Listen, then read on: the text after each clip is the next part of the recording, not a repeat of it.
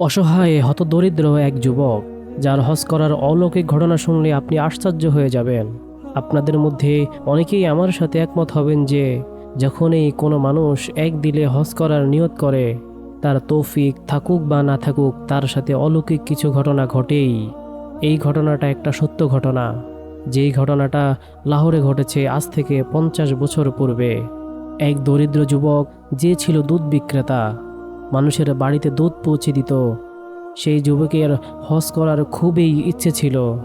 অন্যান্য লোকেরা যখন হজের মৌসুমে হজে যেত বা হজ থেকে ফিরে আসতো, সেই দুধওয়ালা যুবক তাদের সাথে খুব আগ্রহ নিয়ে দেখা করত, তাদের হাতে চুমু খেত।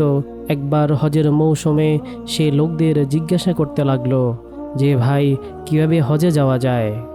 কেউ একজন তাকে বলল যে হজ করতে হলে করাচি থেকে যেতে হয়। অন্য আরেকজন তাকে তাচ্ছিল্য করে রেল স্টেশন দেখিয়ে দিল এবং বলল যে রেলগাড়িতে উঠো, তাহলেই তুমি হজে চলে যেতে পারবে। সহজ সরল যুবক রেলগাড়িতে উঠে পড়ল। এরপরে সে আরেকটি স্টেশনে নেমে মানুষজনকে জিজ্ঞাসা করতে লাগলো যে সে হজে যেতে চায়। আসলে যেটা ঘটেছে, যে দীর্ঘ কয়েকটি বছর ধরে যে হজের মনোবাসনা থেকে সে মনে মনে প্রতিজ্ঞা করেই নিল যে কোনোভাবেই হোক সে পথ চলতে থাকবে। আল্লাহ পাক যদি চায়, তাকে কাবা শরীফ পর্যন্ত পৌঁছে দেবেন। তাকে একজন বুজুর্গ বলেছিলেন, কেউ যদি হৃদয়ের গভীর থেকে কাবার তাওয়াফের আশা পোষণ করে, তবে আল্লাহ রাব্বুল আলামিন অলৌকিকভাবে সেখানে তাকে পৌঁছে দেবেন। তাই ওই বুজুর্গের কথা বিশ্বাস করে সে রেলগাড়িতে উঠে পড়েছিল।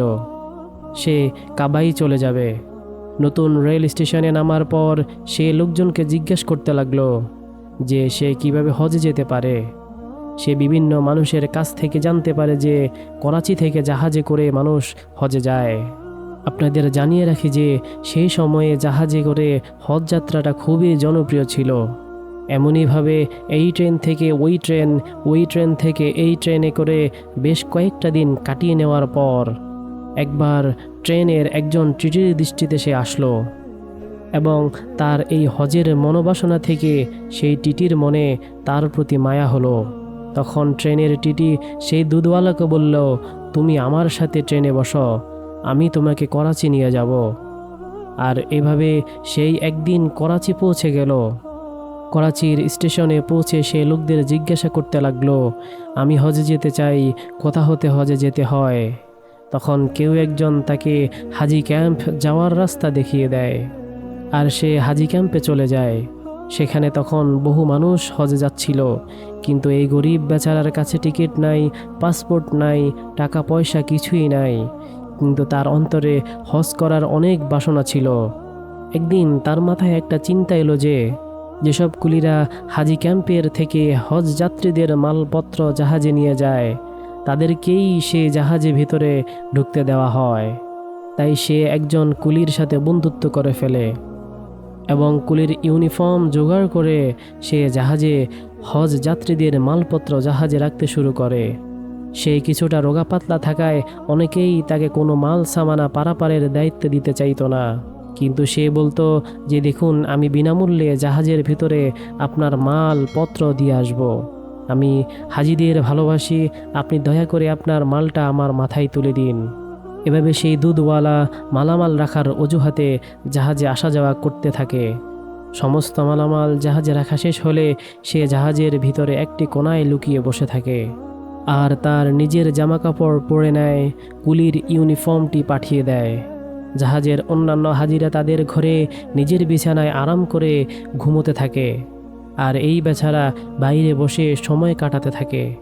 সে জাহাজের এক ব্যক্তিকে বলে যে, ভাই, জাহাজ কখন জেদ্দার বন্দরে পৌঁছাবে? দয়া করে আমাকে জানাবেন। এরপর যখন দূর থেকে জেদ্দার শহরের আলো দৃশ্যমান হলো, সেই ভদ্রলোক তাকে বললেন, ওই যে দেখো, দীর্ঘ কয়েকটি মাসের যাত্রার পরে জেদ্দা চলে এসেছি আমরা। এরপর সে দুধওয়ালা জাহাজের রেলিং এর উপরে উঠে যখন সে দূর থেকে কাবার শহর জেদ্দার সমুদ্র বন্দরের এক অংশ দেখল, সে সাথে সাথে আনন্দ আত্মহারা হয়ে সমুদ্রে ঝাঁপ দিয়ে দিল। কারণ এই যুবক জানত যে তার পাসপোর্ট নাই, বৈধভাবে কখনোই সে এই জাহাজ থেকে বন্দর পার করতে পারবে না। এদিকে সে কিন্তু সাঁতারও জানে না। তাই সে যখন পানির নিচে তলিয়ে গেল আর উপরে উঠতে পারল না, জাহাজের সেই ভদ্রলোকটি দেখল যে দুধওয়ালাকে কোনোভাবেই দেখা যাচ্ছে না। তিনি বুঝতেই পারছিলেন যে এই বেচারা লোকটি সমুদ্রের পানিতে হয়তো ডুবে মারা গেছে। হয়তো এটাই আল্লাহ তাআলার ইচ্ছে ছিল। অতঃপর যখন ওই ব্যক্তি দীর্ঘ 1 মাসের হজের সফর শেষ করল, বাইতুল্লাহ শরীফ হজ করল, মদিনা মুনাওয়ারাত জিয়ারত করল, পুনরায় আবার বাইতুল্লাহ শরীফে ফিরে আসলো। এরই মধ্যে একদিন যখন তিনি হারাম শরীফ থেকে বের হচ্ছিলেন, তখন তিনি দেখতে পেলেন সেই দুধওয়ালাও হারাম শরীফ থেকে বের হচ্ছে। লোকটি তখনই দুধওয়ালাকে জিজ্ঞাসা করলো, আরে ভাই, তুমি তো সেই ব্যক্তি যে আনন্দে আত্মহারা হয়ে সাগরে ঝাঁপ দিয়েছিলে, অথচ সাঁতার জানো না। তখন দুধওয়ালা বলল, হ্যাঁ ভাই, আমি সেই ব্যক্তি। ওই ব্যক্তি তখন দুধওয়ালাকে জিজ্ঞেস করলো, তোমার সাথে কি ঘটেছিল, বাঁচলে কিভাবে? দুধওয়ালা বলল, আমার সঙ্গে চলো, আমি আপনাকে বলছি আমার সাথে কি ঘটেছিল। অতএব এই লোকটি দুধওয়ালার সঙ্গে রওনা দিল। বাইরে এসে সেই ব্যক্তি দেখলেন একটা নতুন গাড়ি দাঁড়িয়ে আছে আর ড্রাইভার অপেক্ষা করছে। দুধওয়ালা গাড়ির ভিতরে বসলো এবং সেই লোকটিও তার সাথে গাড়ির ভিতরে বসলো। এরপর দুধওয়ালা সেই লোকটিকে সাথে নিয়ে একটা বাড়ির দিকে রওনা দিল। ঘরে ঢুকে দুধওয়ালা সেই ব্যক্তিকে ঘরের একটি জায়গায় বসিয়ে দিলেন আর ঘরের খাদেমকে ডেকে বললেন এই অতিথির জন্য খাবার এবং পানি নিয়ে আসতে। খাদেম অতিথির জন্য কিছু ফল নিয়ে এলো। লোকটি অবাক হয়ে জিজ্ঞাসা করলো, ভাই, তোমার ঘটনা কি? তুমি তো অসহায় একজন দুধওয়ালা ছিলে, যার পাসপোর্ট ছিল না বলে সমুদ্রে ঝাঁপ দিয়েছিল। সেখান থেকে এসে আরবের এই বাড়িতে তুমি আইসে জীবনযাপন করছো। এইদিকে দেখছি তোমার আবার খাদেমও আছে। দুধওয়ালা বলল, ভাই, আমার গল্পটা পরে বলবো, আগে আমার গাড়িটা দেখো। এটি আমারই গাড়ি এবং এই বাড়িটি দেখছো, এই বাড়িটিও আমার। তিনি জিজ্ঞাসা করলেন, আপনি এত কিছু কিভাবে পেলেন? দুধওয়ালা বলল, এটা একটা গোপন কথা, কিন্তু যেহেতু আপনি আমার সম্পর্কে সব জানেন, তাই আমি আপনাকে সেই ঘটনা বলবো। তারপর দুধওয়ালা বলতে লাগলো, আমার মনে আল্লাহর ঘর দেখার খুব ইচ্ছা ছিল এবং আল্লাহর ঘরের প্রতি তীব্র ভালোবাসার কারণে আমি এই পুরস্কার পেয়েছি। আমি যখন জেদ্দায় পৌঁছালাম তখন আল্লাহ তাআলাকে কেবল বললাম, হে আল্লাহ, আমি আপনার কাছে নিজেকে সমর্পণ করছি, আমার কাছে ভিসা পাসপোর্ট কিছুই নেই। এই বলে আমি সাগরে ঝাঁপ দিলাম। আমি তো সাঁতারও জানতাম না, আমি শুধু কোনোভাবেই আমার হাত পা ছুটতে থাকতাম এবং একটা সময় সাগরের ঢেউগুলোর নিচ থেকেই আমাকে তরিতে নিয়ে এলো। আমার ফুসফুস এবং পেটের ভিতর পানি ঢুকে গিয়েছিল। আমি জ্ঞান হারিয়ে ফেলেছিলাম। আমি সমুদ্রের তীরে পড়েছিলাম। আমি যখন আমার জ্ঞান ফিরে পেলাম তখন খুব ভোর, তাহাজ্জুদের সময় হয়ে গিয়েছে। আমি চারপাশে তাকিয়ে দেখলাম বাইরে যাওয়ার সব রাস্তা বন্ধ ছিল। চারিদিকে লোহার গ্রিল দেওয়া আর সব দরজা বন্ধ ছিল। আর আমি সেই গ্রিলের পাশে গিয়ে বসলাম। আমি হয়তো এখানের ইমিগ্রেশনের কর্তৃপক্ষের হাতে বন্দী হয়েছি। আমি দেখলাম সেই গ্রিলের অপর পাশে একটি বাড়ি ছিল। সেই বাড়ির একটি পিলারের সাথে একটি গরু বাঁধা ছিল এবং দুজন লোক সেই গাভীর দুধ দহন করার জন্য বারবার চেষ্টা করছিল, কিন্তু গাভীটি তাদের প্রতি আক্রমণাত্মক আচরণ করছিল। এই আক্রমণাত্মক আচরণ করছিল বিদায় তারা কাঙ্ক্ষিত ফলাফল অর্জন করতে পারছিল না। তারা গরুটিকে কিছুতেই নিয়ন্ত্রণ করতে পারছিল না এবং তারা গাভীর দুধও দহন করতে পারছিল না। কিন্তু দুধ দহন করা এটাই তো ছিল আমার একমাত্র পেশা। তাই এই দৃশ্য দেখে আমি তাদেরকে ডাকলাম এবং ইশারায় তাদেরকে বললাম যে আমি তোমাদের দুধ দহন করে দিতে পারবো। যেহেতু ভাষা জানি না, আমার ইশারায় তারা বুঝে নিল এবং আমাকে বলল যে ঠিক আছে, এই ব্যক্তি যদি গাভীর দুধ দহন করতে পারে তাহলে তালা খুলে তাকে বের করে নিয়ে আসো। প্রিয় ভাই, আল্লাহ তাআলার কি মহিমা! যে জায়গায় আমি তালাবদ্ধ ছিলাম, সেই জায়গায় যেই শেখের অধীনে মূলত আমি ছিলাম, তিনি আমাকে গরুর দুধ দহনের জন্য বন্দি কারাগার থেকে মুক্ত করে দিলেন। সেখান থেকে বের হয়ে যেটা আমি বুঝতে পারলাম যে ওই শেখের এক ছেলে আছে খুবই অসুস্থ। ডাক্তার তাকে গরুর দুধ খেতে বলেছে। তিনি তার ছেলের জন্য বিশেষভাবে গরুটি কিনেছেন। কিন্তু গাভীর স্তনে দুধ থাকলেও কোনোভাবেই তারা দুধ দহন করতে পারছিল না, যার কারণে ওই শেখ ও তার স্ত্রী খুবই বিরক্ত ছিলেন। এখন আমি যখন তাদেরকে বললাম আমি এই গাভীর দুধ দহন করতে পারবো, তখন সেই শেখের স্ত্রী শেখকে বুঝিয়ে সুজিয়ে আমাকে কারাগার থেকে মুক্ত করে দিল।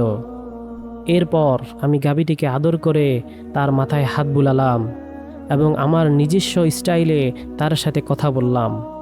তখন গরুটি আমাকে দুধ দহন করতে দিল এবং আমি বসে বসে ওই গাভীটি থেকে 8 থেকে 10 লিটার দুধ দহন করতে সক্ষম হলাম।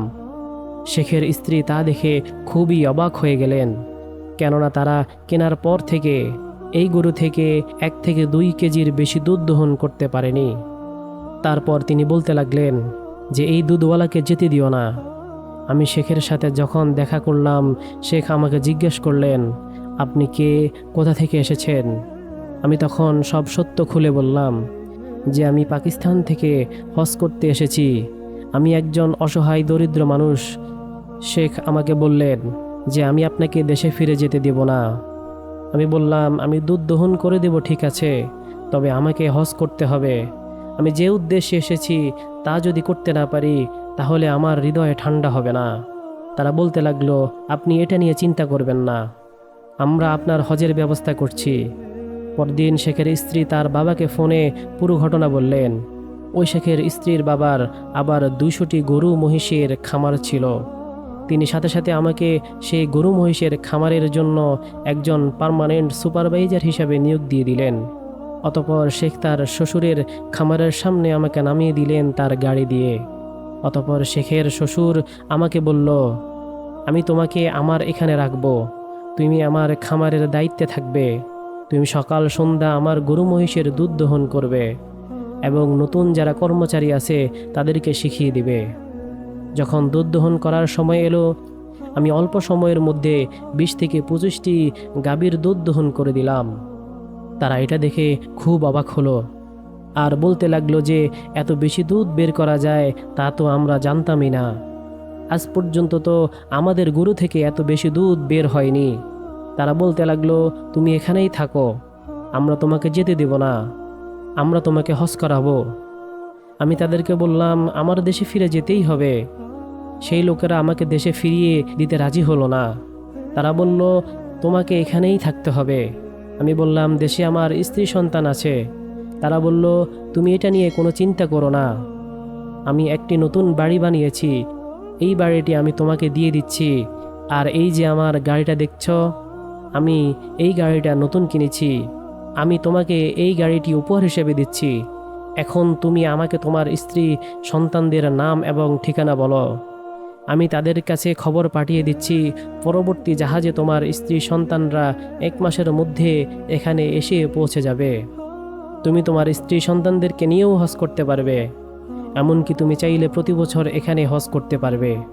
প্রিয় ভাই, আশা করছি কয়েক মাসের মধ্যে আমার স্ত্রী সন্তানরা আমার কাছে এসে পৌঁছাবে। আমি আমার হজ করে নিয়েছি। আমি বুঝতে পারছি আল্লাহর ঘর দেখার যে বাসনা ছিল আমার অন্তরে, যে বাসনার পিছনে আমি দৌড়েছি আর একমাত্র আল্লাহর উপর ভরসা করেছি, সে আল্লাহ তাআলা আমাকে বরকত দিয়েছেন। আল্লাহ তাআলা আমাকে দুনিয়ার নিয়ামত দিয়েছেন আর আখিরাতের নিয়ামত স্বরূপ আমাকে আল্লাহর ঘর তাওয়াফ করার সুযোগ করে দিয়েছেন। আমি প্রতি বছর বাইতুল্লাহ শরীফ জিয়ারত করব ইনশাআল্লাহ। প্রিয় দর্শক, এই ঘটনা থেকে বোঝা যায় যে হজের জন্য শুধুমাত্র পরিশুদ্ধ নিয়তের প্রয়োজন। অনেকে অভিযোগ করেন যে আমার টাকা নাই, পয়সা নাই, ইত্যাদি ইত্যাদি, কিন্তু সত্যি কথা বলতে কি আপনি জানেন, আপনি যদি একনিষ্ঠ অন্তরে নিয়ত করেন তাহলে আল্লাহ তাআলা আপনার ব্যবস্থা করে দিবেন। আপনার এই কথা বিশ্বাস না হলে অসংখ্য হাজিদের প্রশ্ন করে দেখুন। অধিকাংশ মানুষের ক্ষেত্রেই এমনটা ঘটেছে যে তারা একনিষ্ঠ নিয়তের কারণেই আল্লাহ পাক তাদেরকে হজের ব্যবস্থা করে দিয়েছেন, অথচ তাদের হজ করার তৌফিক ছিল না।